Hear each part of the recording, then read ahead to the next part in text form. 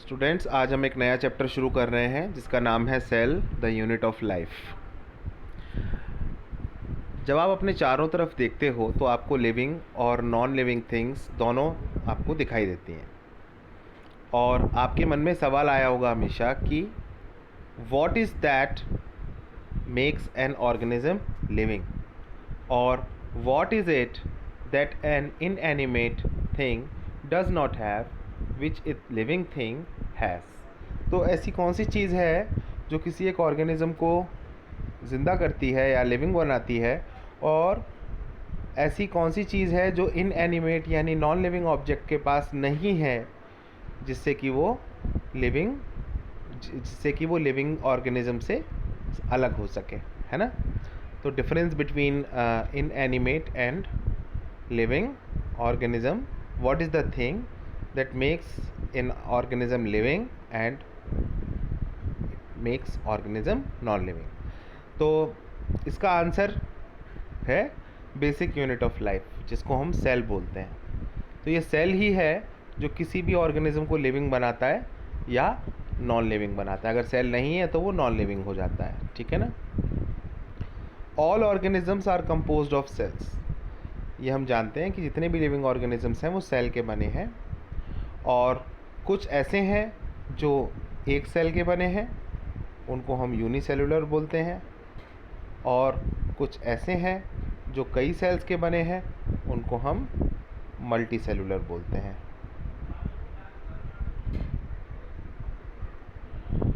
Cell होता क्या है, अगला क्वेश्चन ये है हमारे लिए। तो जो यूनिसेलुलर ऑर्गेनिजम्स होते हैं, सबसे पहले ये समझो कि वो इंडिपेंडेंट एग्जिस्टेंस करते हैं, यानी अपने आप आसानी से रह लेते हैं धरती पर, और जितने भी एसेंशियल फंक्शंस हैं जीवन के वो अपने आप अपने सिंगल सेल से कर लेते हैं। अब सोचने वाली बात यह है कि सेल से कम हम सोच नहीं सकते। कोई भी चीज़ जो कि सेल के स्ट्रक्चर से कम होती है वो इंडिपेंडेंट लिविंग नहीं कर पाती। मतलब सेल की जो रिक्वायरमेंट्स हैं, फंडामेंटल रिक्वायरमेंट्स हैं, वो फुलफ़िल होनी चाहिए। तो सेल होना ज़रूरी है।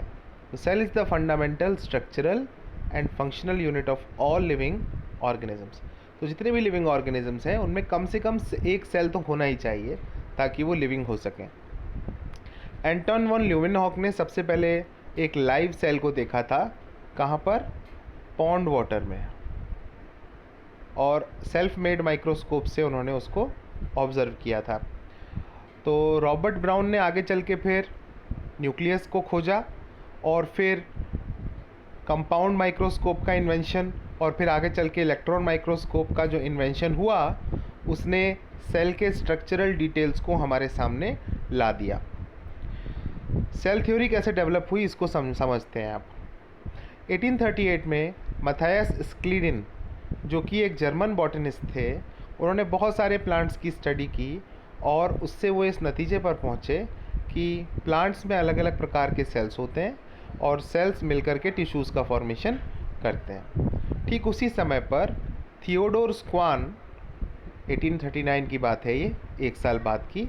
तो Theodore Schwann, who was a British zoologist, studied different types of animal cells and reported that cells had thin outer layer which is today known as the plasma membrane।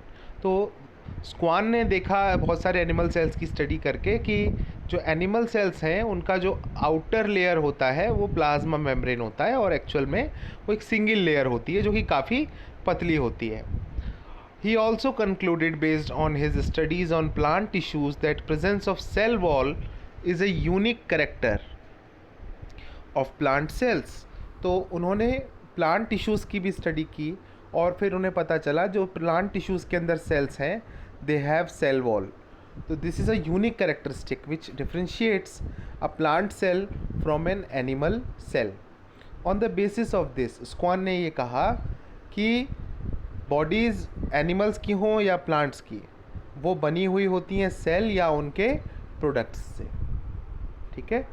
इसके बाद स्क्लीडेन और स्क्वान ने मिलकर cell theory formulate की, और ये theory जो थी ये नहीं बता पाई कि नए सेल्स कैसे बनते हैं, ठीक है ना। इस कमी को पूरा करने के लिए रडल्फ वर्चो ने 1855 में ये सबसे पहले एक्सप्लेन किया कि सेल्स डिवाइड करते हैं और फिर नए सेल्स का फॉर्मेशन करवाते हैं। तो जो भी नए सेल आते हैं वो प्री एग्जिस्टिंग सेल्स से, यानी जो पहले से एग्जिस्ट कर रहे हैं सेल्स, उन्हीं के सेल डिवीज़न से फॉर्म होते हैं, जिसको ओमनिस सेलुला ई सेलुला कहा गया। अब सेल थ्योरी को मॉडिफाई करने का समय था, बिकॉज रडल्फ वर्चो ने अपनी बात समझा दी थी सबको। तो रडल्फ वर्चो ने जो सेल थ्योरी थी उसको थोड़ा सा मॉडिफाई किया, और आज जो सेल थ्योरी है, जो कि फाइनल शेप में हम देखते हैं, वो ये है कि जितने भी लिविंग ऑर्गेनिजम्स हैं they are composed of cells and product of cells. And second thing, all cells arise from pre existing cells, यानी जितने भी सेल्स आप देख रहे हो उनका कोई ना कोई पेरेंट सेल था जिसने सेल डिवीज़न किया और आपके सामने नए सेल का फॉर्मेशन हुआ। अब हम पढ़ेंगे ओवरव्यू ऑफ अ सेल। तो आपने इससे पहले क्लास 9th में पढ़ा होगा अबाउट ओनियन पील के, उसके सेल्स को कैसे देखा जा सकता है, या आपने ह्यूमन चीक सेल को माइक्रोस्कोप में ज़रूर देखा होगा। Let us recollect this their structures. तो इनके स्ट्रक्चर्स को ज़रा एक बार आप रिकलेक्ट करो, दोबारा से सोचो उसके बारे में। जो ओनियन सेल होता है वो एक टिपिकल प्लांट सेल है, ठीक है। उसमें एक डिस्टिंक्ट सेल वॉल हमें दिखाई देती है एक आउटर बाउंड्री की तरह, और ठीक उसके अंदर हमको एक सेल मेम्ब्रेन दिखाई देती है।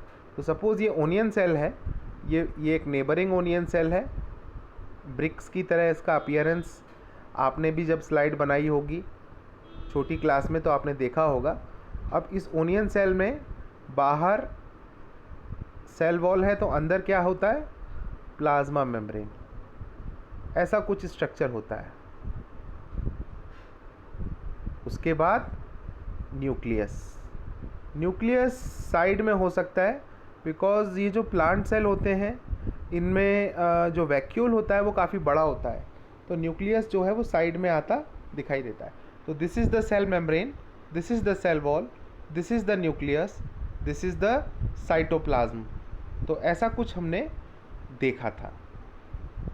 अगर आपको ह्यूमन चीक सेल्स का स्ट्रक्चर याद आ रहा हो तो आपको ध्यान आ रहा होगा कि उसमें केवल एक आउटर मेम्ब्रेन होती है। चीक सेल्स का जब भी हम लोग देखते हैं तो कुछ इस तरह से चीक सेल्स हमें नज़र आते हैं। कुछ सेल्स तो ग्रुप में होते हैं और कुछ अलग अलग होते हैं। तो जैसे भी है ह्यूमन चीक सेल्स का ऐसा कुछ आपने जब आपने स्लाइड देखी होगी तो आपको कुछ दिखा होगा। तो ह्यूमन चीक सेल्स में जो आउटर बाउंड्री है उसको हम सेल मेम्ब्रेन बोलते हैं। This is the cytoplasm and this is the nucleus. तो सेल वॉल का एब्सेंस हमने देखा था जब हम क्लास 9th में पढ़ रहे थे। Inside each cell we find a dense membrane bound structure called nucleus. तो सेल के अंदर हमें एक डार्क डेंस स्ट्रक्चर दिखाई देता है जिसको हम न्यूक्लियस कहते हैं, और इसी को हम कंट्रोल सेंटर या ब्रेन बोलते हैं किसी भी सेल का, क्योंकि न्यूक्लियस के अंदर क्रोमोसोम्स प्रेजेंट होते हैं जो कि डीएनए से बने होते हैं, या ये कह लो कि क्रोमोसोम पर डीएनए होता है। तो जैसे इस तरह से उलझा हुआ हमको क्रोमोसोम्स, जो जैसे नॉर्मल सेल होता है उसमें हमें क्रोमोसोम्स नहीं दिखाई देते, उसमें हमको क्रोमैटिन थ्रेड दिखाई देता है। जब सेल अपनी नॉर्मल फंक्शनिंग कर रहा होता है, नॉर्मल फंक्शन कर रहा होता है, तो हमें उसमें क्रोमैटिन थ्रेड दिखाई देता है जो कुछ इस तरह से उलझा होता है। लेकिन जब सेल डिवीज़न का समय आता है तो हमें दिखाई देता है कि अलग अलग शेप साइज़ के कुछ क्रोमोसोम्स उस सेल के अंदर हमें दिखाई देने लगते हैं। यानी वो जो क्रोमैटिन था उस क्रोमैटिन के कट हो जाने पर, अलग अलग प्लेसेस से कट हो जाने पर हमारे सामने आते हैं क्रोमोसोम्स। और ये क्रोमोसोम्स जो होते हैं उसमें होता है DNA and proteins, DNA and proteins. तो ये दोनों मिलाकर के हमारा क्रोमोसोम बनता है। अंडरस्टैंड? तो कुछ ये ध्यान रखना है आपको। तो अब आपको ये भी ध्यान होगा कि हमने छोटी क्लासेस में ये पढ़ा था यूकैरियोटिक सेल। तो यूकैरियोटिक सेल क्या होता है और प्रोकैरियोटिक सेल क्या होता है, यहाँ पर हम ये भी समझेंगे। तो यूकैरियोटिक सेल वो होते हैं कि जिनके पास मेम्ब्रेन बाउंड न्यूक्लियाई होता है, यानी न्यूक्लियस के चारों तरफ न्यूक्लियर मेम्ब्रेन अगर है तो फिर वो सेल यूकैरियोटिक कहलाता है, जिसको यूकैरियोटिक का मतलब true nucleus. True nucleus means nucleus की बाउंड्री प्रेजेंट है, प्रॉपर बाउंड्री, तो हम उसको डिफाइन कर सकते हैं, हाँ न्यूक्लियस कहाँ पर है। Whereas cells that lack a membrane bound nucleus are prokaryotic। तो ऐसे सेल्स जिनमें मेम्ब्रेन बाउंड न्यूक्लियस नहीं है उन्हें हम प्रोकैरियोटिक सेल कहते हैं। जैसे कि ये मेरे सामने मैंने अभी बैक्टीरियल सेल बनाया और मैंने यहाँ पर बीच में क्रोमेटिन थ्रेड बना दिया है। अब ध्यान रखने वाली बात यह है कि इसके चारों तरफ मैंने कोई ऐसी न्यूक्लियर मेम्ब्रेन मैंने नहीं बनाई है, तो मैंने इसको सिंपल एक क्रोमेटिन थ्रेड को आपको सीधा सीधा साइटोप्लाज्म में दिखा दिया। तो मतलब ये सेल कैसा हो गया, ये सेल हमारा प्रोकैरियोटिक सेल हो गया। अब चाहे प्रोकैरियोटिक सेल हो या यूकैरियोटिक सेल हो, आपको साइटोप्लाज्म उसमें देखने को ज़रूर मिलेगा, which is a semi fluid matrix which occupies the volume of the cell. तो साइटोप्लाज्म जो होता है ये वो एरिया होता है जहाँ पर आप देखते हैं कि जो सेलुलर एक्टिविटीज़ हैं, चाहे प्लांट हो चाहे एनिमल सेल हो, वो कैरी ऑन होती हैं। बहुत सारे केमिकल रिएक्शंस वहाँ पर होते हैं जो कि सेल को लिविंग बनाए रखने के लिए आवश्यक होते हैं, ज़रूरी होते हैं। न्यूक्लियस के अलावा जो यूकैरियोटिक सेल्स होते हैं उनके पास दूसरी मेम्ब्रेन बाउंड ऑर्गेनेल्स भी प्रेजेंट होती हैं, जिनको हम कॉमनली ऑर्गेनेल बोल देते हैं, ठीक है ना। जैसे कि एंडोप्लाज्मिक रेटिकुलम है, गोल्जाई कॉम्प्लेक्स है, लाइसोसोम्स, माइटोकॉन्ड्रिया, माइक्रोबॉडीज़, वैक्यूल्स, ठीक है। प्रोकैरियोटिक सेल में आपको मेम्ब्रेन बाउंड ऑर्गेनेल्स नहीं मिलेंगी। तो मेम्ब्रेन बाउंड ऑर्गेनेल का नाम ध्यान से समझना है। मेम्ब्रेन बाउंड का मतलब वो ऑर्गेनेल्स या वो स्ट्रक्चर्स जिनके चारों तरफ मेम्ब्रेन प्रेजेंट है, तो उन्हें हम मेम्ब्रेन बाउंड ऑर्गेनेल्स बोलेंगे। And we see membrane bound organelles in the eukaryotic cells. अब जो राइबोसोम्स होते हैं इनका नाम भी हमने सुना है पहले। राइबोसोम्स जो होते हैं they are non membrane bound organelles, and ये आपको दोनों में मिलेंगे, यानी यूकैरियोटिक और प्रोकैरियोटिक सेल दोनों में मिलते हैं। राइबोसोम का फंक्शन हमको ध्यान रखना चाहिए, they are the site for protein synthesis, यानी जो प्रोटीन का फॉर्मेशन होता है सेल में उसमें राइबोसोम का एक इम्पॉर्टेंट रोल होता है। तो ribosome is non membrane bound organelle. Within the cell, ribosomes are found not only in the cytoplasm but also within the two organelles, chloroplast in plants and mitochondria in plants and on rough endoplasmic reticulum। तो अगर आप देखो तो cytoplasm आपको ribosome आपको cytoplasm के अलावा और कहाँ मिलता है। देखिए आपको ये क्लोरोप्लास्ट में मिलता है जहाँ पर फोटोसिंथेसिस होता है, आपको पता ही है प्लांट्स में। इसके अलावा आपको ये माइटोकॉन्ड्रिया में मिलेगा। माइटोकॉन्ड्रिया वो जगह है जहाँ पर एनर्जी जनरेशन होता है सेल के अंदर। और फिर आपको ये रफ एंडोप्लाज्मिक रेटिकुलम के सरफेस पर मिलेगा। रफ एंडोप्लाज्मिक रेटिकुलम का नाम ही रफ इसीलिए पड़ा है क्योंकि राइबोसोम उसके सरफेस पर प्रेजेंट होते हैं, इसलिए वो रफ हो जाता है, रफ अपीयर होता है, बाहर से रफ दिखाई देता है। तो आपने अभी पढ़ा कि नॉन मेम्ब्रेन बाउंड ऑर्गेनेल कौन सी होती है। पहली तो आपने पढ़ा राइबोसोम, दूसरी आपको ध्यान रखना है एनिमल सेल्स में भी नॉन मेम्ब्रेन बाउंड ऑर्गेनेल मिलती है जिसका नाम होता है सेंट्रोसोम, जो कि सेल डिवीज़न के लिए महत्वपूर्ण होती है। तो दो नाम आपको याद करने हैं, राइबोसोम और centrosome. Centrosome is found in the animal cell whereas ribosome is found in all kind of cells. अब जो सेल्स का शेप, साइज़ और जो एक्टिविटीज़ होती हैं ये अलग अलग होती हैं, ये भी हमने पहले पढ़ रखा है। फॉर एग्ज़ाम्पल जैसे माइक्रोप्लाज्मा का एग्जाम्पल लो, which are the smallest cells. कितनी इनकी लेंथ है देखो, 0.3 माइक्रोमीटर, जबकि जो बैक्टीरिया होते हैं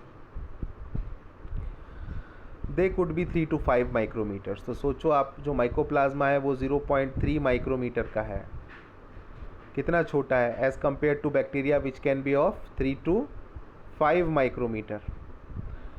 तो जो माइकोप्लाज्मा है कितना छोटा है। और बड़ा साइज़ देख लो सेल का, ऑस्ट्रिच का एग, उस एक लार्जेस्ट आइसोलेटेड सिंगल सेल है। तो सेल के साइज़ में आपने वेरिएशन यहाँ पर देखा, छोटे से छोटा सेल जो कि 0.3 माइक्रोमीटर का हो सकता है या माइक्रोन्स का हो सकता है, और लार्जेस्ट सेल जो आप देख सकते हैं जैसे कि ऑस्ट्रिच का एग।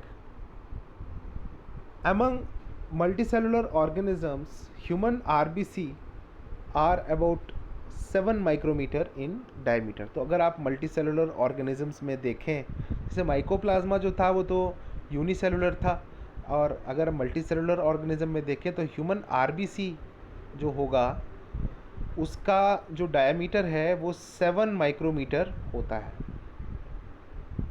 नर्व सेल्स कुछ लॉन्गेस्ट सेल्स में से एक हैं जो हमारी बॉडी में पाए जाते हैं, तो नर्व सेल्स का एग्जाम्पल हम लॉन्गेस्ट सेल में रख सकते हैं। सेल्स के शेप भी बहुत सारे होते हैं, अलग अलग काइंड्स के होते हैं। वो डिस्क लाइक हो सकते हैं या polygonal, columnar, cuboid, thread like और इवन इरेगुलर भी हो सकते हैं। तो सेल्स का जो शेप है वो उनके फंक्शंस के साथ एसोसिएटेड है। जैसे एक एग्जांपल के तौर पर नर्व सेल को ही ले लो। नर्व सेल लॉन्ग होता है बिकॉज उसको एक पॉइंट से दूसरे पॉइंट तक इंफॉर्मेशन ट्रांसफ़र करनी होती है, ठीक है ना। वहीं जो हमारे ट्रैकिड्स होते हैं देखो, ये पोरस होते हैं और साथ साथ के साथ अंदर से खोखले होते हैं बिकॉज इनके थ्रू पानी का ट्रांसफ़र होता है। मीज़ोफिल सेल्स में बहुत सारे क्लोरोप्लास्ट प्रेजेंट होते हैं और ये फोटोसिंथेसिस के लिए बने होते हैं। वहीं कॉलमनर सेल्स जो हैं वो कॉलम लाइक होते हैं और इनका जो यूज़ है वो किस में आता है, सिक्रीशन और एब्जॉर्प्शन दोनों के लिए होता है। वाइट ब्लड सेल्स अमीबॉइड होते हैं बिकॉज ये फैगोसाइटोसिस करते हैं, है ना। और आरबीसी जो होते हैं वो राउंड होते हैं, पाई कॉनकेव होते हैं और इनके अंदर न्यूक्लियस नहीं होता है। तो ये किसको एकोमोडेट करते हैं, हीमोग्लोबिन को।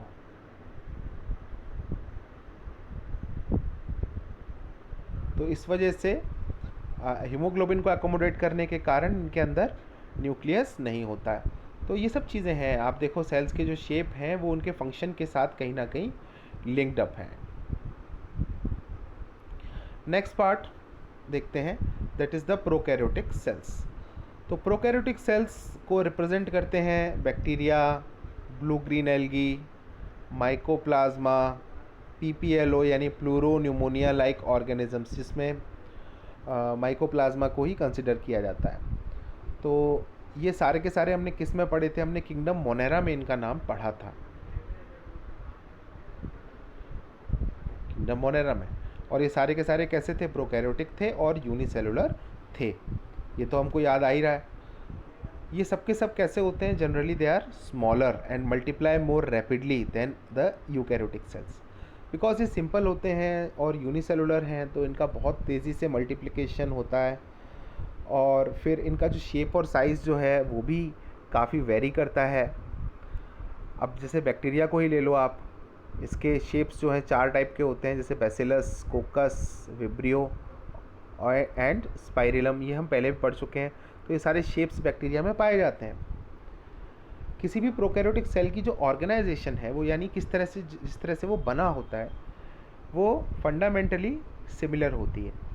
Even though prokaryotes exhibit a wide variety of shapes and functions, अलग अलग काइंड्स के आपको लोकेशन पे ये मिल जाएंगे, अलग अलग काम करते हुए मिल जाएंगे, लेकिन फिर भी इनका जो शेप है, शेप नहीं, इनका जो स्ट्रक्चर है, इनका जो ऑर्गेनाइजेशन है वो फंडामेंटली सिमिलर होता है। All prokaryotes have a cell wall surrounding the cell membrane. तो जितने भी प्रोकैरियोट्स हैं उनके पास आपको सेल वॉल मिलेगी जो कि सेल मेम्ब्रेन के चारों तरफ प्रेजेंट होती है, ठीक है ना। थोड़ी देर पहले हमने डिस्कस किया भी था बैक्टीरिया के एग्जाम्पल में, और प्लांट सेल के एग्जाम्पल में भी डिस्कस किया था। जैसे सपोज़ ये बैक्टीरिया है तो उसके अंदर आपको आपको प्लाज्मा मेम्ब्रेन ज़रूर मिलेगी सेल वॉल के अंदर। हाँ, ये याद रख लेना कि जो माइकोप्लाज्मा होता है, माइकोप्लाज्मा के पास सेल वॉल नहीं होती, इसीलिए mycoplasma can change its shape frequently, इसलिए ये शेप चेंज करने के लिए जाना जाता है, शेप के लिए जाना जाता है, शेप चेंज करने के लिए। तो किसी भी सेल के अंदर आप जो मैट्रिक्स देखते हो, जो कि फ्लूइड मैट्रिक्स होती है, उसको हम साइटोप्लाज्म कहते हैं। और किसी भी प्रोकैरियोटिक सेल के अंदर जो न्यूक्लियस होता है वो वेल डिफाइंड नहीं होता है। जेनेटिक मटेरियल खुला होता है, यानी कोई न्यूक्लियर मेम्ब्रेन नहीं होती, और यही तो पहचान होती है एक प्रोकैरियोटिक सेल की। इसके अलावा आपको जो जीनोमिक डीएनए है वो आपको सिंगल क्रोमोसोम के फॉर्म में मिलता है। तो अब जो जीनोमिक डीएनए है उसके अलावा आपको छोटे छोटे स्मॉल सर्कुलर डीएनए भी देखने को मिल सकते हैं, जिनको हम क्या बोलते हैं, जिनको हम प्लाज्मिड बोलते हैं। और ये जो प्लाज्मिड्स होते हैं ये बैक्टीरिया को कुछ यूनिक फिनोटिपिक कैरेक्टर्स प्रोवाइड करते हैं। फिनोटिपिक मतलब उनके मॉर्फोलॉजी से रिलेटेड जो कैरेक्टर्स हैं वो बैक्टीरिया को प्रोवाइड करते हैं। इसके अलावा कुछ इंपॉर्टेंट फंक्शंस भी बैक्टीरिया को प्लाज्मिड्स के हेल्प से मिलते हैं। तो जैसे मैं आपके साथ डिस्कस कर रहा था, सपोज़ ये बैक्टीरियल सेल है और ये क्रोमेटिन थ्रेड है, तो यहाँ पर आपको प्लाज्मिड देखने को मिल सकता है एक, विच is a kind of extra chromosomal genetic material, यानी क्रोमोसोम के अलावा एक जेनेटिक मटेरियल जो कि सर्कुलर फॉर्म में डीएनए के रूप में होता है, वो आपको देखने को मिल सकता है, जो कि फिनोटिपिक कैरेक्टर्स प्रोवाइड करता है बैक्टीरिया को। ऐसा ही एक कैरेक्टर है रेजिस्टेंस टू एंटीबायोटिक्स। तो एंटीबायोटिक रेजिस्टेंस बैक्टीरिया के पास आ रहा है, that is because of some plasmids, और उन प्लाज्मिड्स पर जो जीन्स हैं वो एंटीबायोटिक रेजिस्टेंस के लिए बैक्टीरिया को हेल्प करते हैं। In higher classes you will learn that this plasmid DNA is used to monitor bacterial transformation with foreign DNA। आगे चल के हायर क्लासेस में आप बैक्टीरियल ट्रांसफॉर्मेशन के बारे में पढ़ेंगे, और वहाँ पर आपको समझ में आएगा कि जो प्लाज्मिड का डीएनए था, इसी के कारण जो बैक्टीरियल ट्रांसफॉर्मेशन का प्रोसेस है वो होता है। अब अगर न्यूक्लियर मेम्ब्रेन को देखें तो न्यूक्लियर मेम्ब्रेन आपको मिलती है यूकैरियोट्स में, ठीक है ना। No organelles like the ones in eukaryotes are found in prokaryotic cells except for the ribosomes। तो जो भी ऑर्गेनेल्स हमको यूकैरियोटिक सेल में दिखाई देती हैं वो हमको प्रोकैरियोटिक सेल में नहीं मिलती, बस हमको राइबोसोम मिलता है जो कि non membrane bound cell organelle है। Prokaryotes have something unique in the form of inclusions. Prokaryote inclusions भी मिलते हैं, और इंक्लूजन्स के अंदर कुछ स्टोरेज का काम होता है। A specialized differentiated form of cell membrane which is called as mesosome is the characteristic of prokaryotes, and they are essentially infoldings of cell membrane। तो अगर आप किसी बैक्टीरिया का स्ट्रक्चर देखें तो बैक्टीरिया के अंदर आपको, जैसे ये बैक्टीरिया की सेल वॉल है, ये प्लाज्मा मेम्ब्रेन है, तो इस तरह से आपको मीजोजोम का फॉर्मेशन होते हुए भी दिख सकता है। देखो ये कैसे बना है मीजोजोम, ये बना है by folding of plasma membrane, inward folding of plasma membrane. तो ये जो प्लाज्मा मेम्ब्रेन आपको दिखाई दे रही है यहाँ पर, ये अंदर की तरफ फोल्डेड हो गई है और इसने मीजोजोम का फॉर्मेशन कर दिया है। तो ये भी एक यूनिक प्रॉपर्टी है, प्लाज्मिड का होना, सेंट्रोजोम का होना, सेल वॉल के ऊपर भी आपको कैप्सूल देखने को मिलेगा कुछ बैक्टीरिया में, या किसी में स्लाइम लेयर भी देखने को मिलती है। जैसे मैं यहाँ बना दूँ, ये येलो कलर का ये कैप्सूल है, ठीक है। तो इस तरह से बैक्टीरिया का स्ट्रक्चर होता है। तो that's it for this video. Thank you students.